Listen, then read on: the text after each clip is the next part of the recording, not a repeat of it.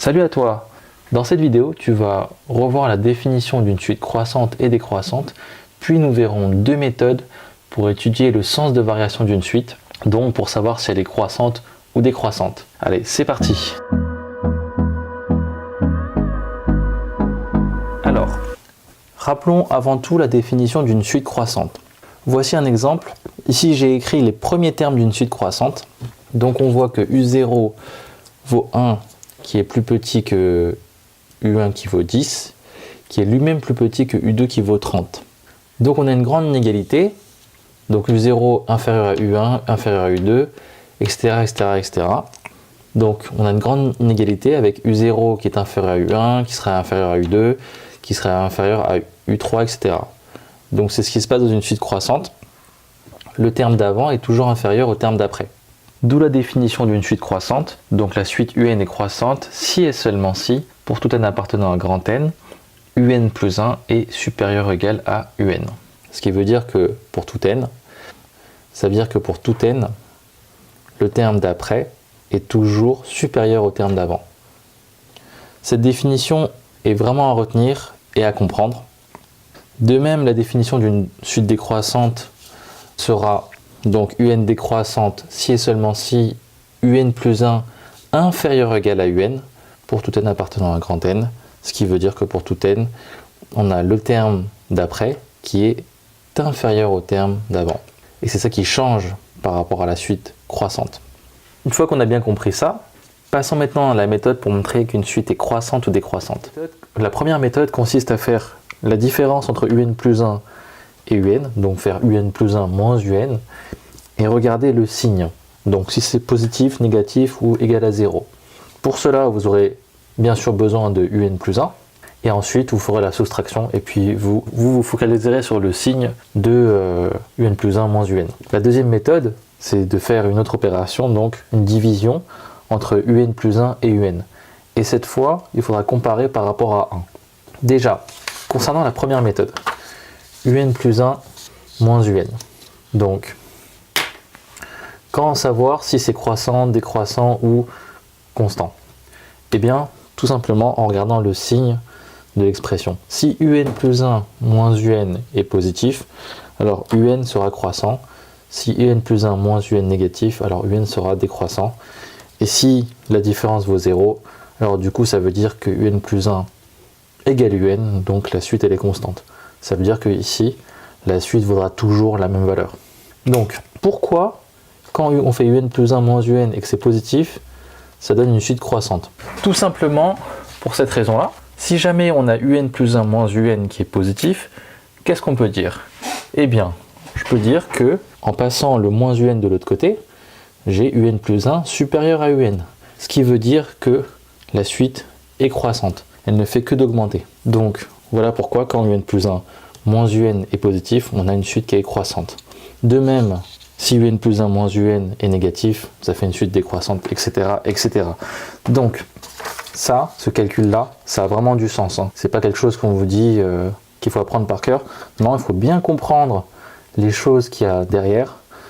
Et après, vous aurez beaucoup moins de mal à le retenir. Vous y arriverez très bien d'ailleurs. De plus, on a une deuxième méthode qui est UN plus 1 sur UN. Celle-là marche beaucoup avec tout ce qui est produit et division, ou tout ce qui est avec des puissances, donc ce qui ressemble plutôt à un produit. Et donc celle-là, elle consiste à faire UN plus 1 sur UN et comparer à 1. Donc plusieurs cas s'offrent à nous ici. Soit UN plus 1 sur UN est supérieur à 1, ce qui fait que la suite est croissante. Soit UN plus 1 sur UN est inférieur à 1, donc la suite est décroissante. Dernier cas, UN plus 1 sur UN égale à 1, donc on peut dire que la suite est constante. Pourquoi on compare à 1 et pas par rapport à 0? Ça, c'est la grande différence. Donc, on va expliquer pourquoi. Donc, on va prendre le cas où UN plus 1 sur UN est inférieur à 1, et on va voir ce qui va se passer. Donc, si UN plus 1 sur UN est inférieur à 1, qu'est-ce qui se passe? Eh bien, ce que je peux faire, c'est prendre, vous voyez le UN ici, je peux le passer de l'autre côté, mais si le UN qui est ici en position dénominateur passe de l'autre côté, il va passer en haut, donc en position numérateur. Ce qui fait que j'ai UN plus 1 inférieur à UN. Par définition, ça veut dire que j'ai un qui est décroissante. Donc voilà, vous comprenez mieux maintenant les raisons pour lesquelles on compare par rapport à 1. Donc voilà, ce qui va se passer, et vous ferez sûrement l'erreur au début, c'est que vous allez comparer un plus 1 sur un à 0. Et là, il y aura un problème. Mais bon, si vous devez faire l'erreur, c'est pas grave, vous la ferez la première fois, mais après vous comprendrez. Voilà pour la deuxième façon de montrer qu'une suite est croissante ou décroissante. Tout de suite, on va se donner un exemple pour mieux comprendre. Alors tout de suite, un exemple pour mieux comprendre. Donc je me suis donné deux suites qui sont UN et Vn et qui ont pour terme général UN égale n carré plus 5n plus 1 et Vn égale 10 sur 3 puissance n. Donc le but du jeu, ce sera d'étudier les sens de variation de UN et Vn. Donc on a vu deux méthodes pour le faire. Pour UN, on va commencer par UN déjà.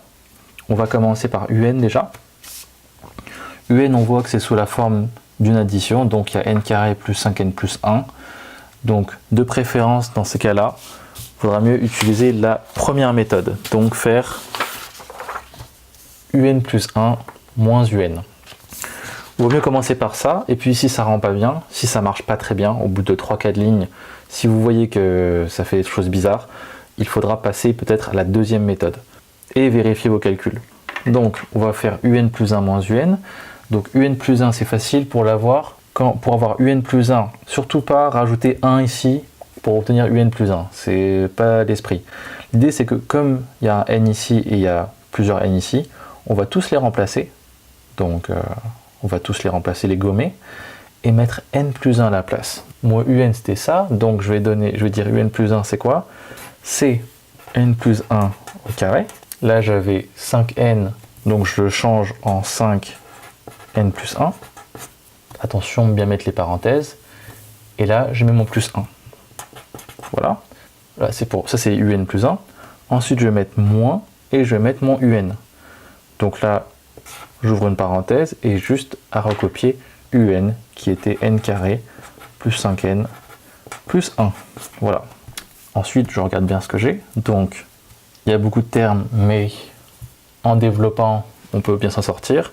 Donc, on va développer ça pour commencer. N plus 1 au carré, l'identité remarquable, donc n carré plus 2n plus 1, ok.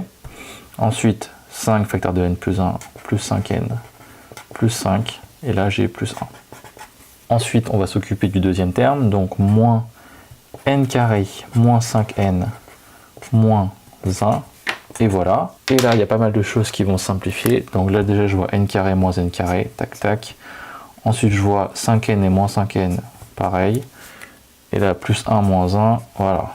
Il restera 2n plus 6. Et nous, faut pas oublier que quand on était là, on veut comparer un plus 1 moins un par rapport à 0. Donc, savoir si c'est positif, négatif ou égal à 0. Or, on sait que n appartient à grand N, qui est l'ensemble des entiers naturels. Donc, c'est des entiers positifs. Donc, n est positif. Et du coup, qu'est-ce qu'on a ici? Eh bien, j'ai 2 fois quelque chose de positif, plus 6. Donc, tout ça ne peut être que positif. Comme un plus 1 moins un, c'était positif, alors on peut finir par écrire que la suite un est croissante. Et voilà. Alors maintenant, il nous reste à étudier le sens de variation de Vn. Et en regardant le terme Vn, on remarque quoi? On remarque qu'il y a une division entre 10 et 3 puissance n, et puis il y a aussi une puissance. Donc là, il y a des chances que ce soit mieux d'utiliser la deuxième méthode. Donc, le fameux un plus 1 sur un. Évidemment, là, c'est pas un plus 1 sur un, mais ce sera Vn plus 1 sur Vn. Donc, on va essayer de faire ça tout de suite. Donc, Vn plus 1 sur Vn. Et ben, Vn plus 1, il faut adapter Vn en Vn plus 1. Donc, comme d'hab, on efface le n ici et ici, et on remplace ça par n plus 1. Donc, Vn plus 1, ça va donner quoi? Ça va donner 10 divisé par 3 puissance n plus 1. Le n se change en n plus 1. Donc là, j'écrirai 10 sur 3 puissance n plus 1. Et là en bas, bah, j'ai quoi? J'ai juste Vn, donc je remplace 10 sur 3 puissance n. Tout de suite, on va éviter ce genre d'écriture, le fameux Big Mac avec genre 10 000 fractions là. Donc je vais écrire ça comme ça. 10 puissance 3n plus 1. Du coup, je fais multiplier et je mets l'inverse de lui, c'est 3 puissance n sur 10. J'ai du 10 ici et j'ai du 10 en bas, donc je peux faire ça. Ça, on peut le rassembler, donc du coup, ça fait 3 puissance n. 3 puissance n plus 1, on peut décomposer comme ça. 3 puissance n plus 1, c'est 3 puissance n fois 3 puissance 1. Et quand j'ai ça, bah, je peux juste simplifier les 3 puissance n parce que c'est du fois partout. Et il reste quoi? Il reste 1 sur 3 puissance 1, donc 1 sur 3. Et voilà, il fallait dire si un plus 1 sur un était supérieur, inférieur ou égal à 1. En comparant par rapport à 1, on peut juste dire que 1 tiers c'est inférieur à 1. On finit par dire que Vn décroissante. Pour voir si vous avez bien compris, vous pouvez vous tester sur ces 3 exercices. Donc, on a 3 suites, UN, Vn et Wn. Il faut étudier le sens de variation de ces 3 suites. Je vous conseille quand même de commencer par ces 2 premiers-là. Le troisième étant un peu plus technique, mais largement faisable aussi. Voilà, cette vidéo est terminée. N'hésite pas à mettre en commentaire tes réponses si tu as trouvé ou tes questions afin que je puisse t'aider. Si tu as aimé cette vidéo, tu peux aussi t'abonner et mettre un pouce bleu. À bientôt!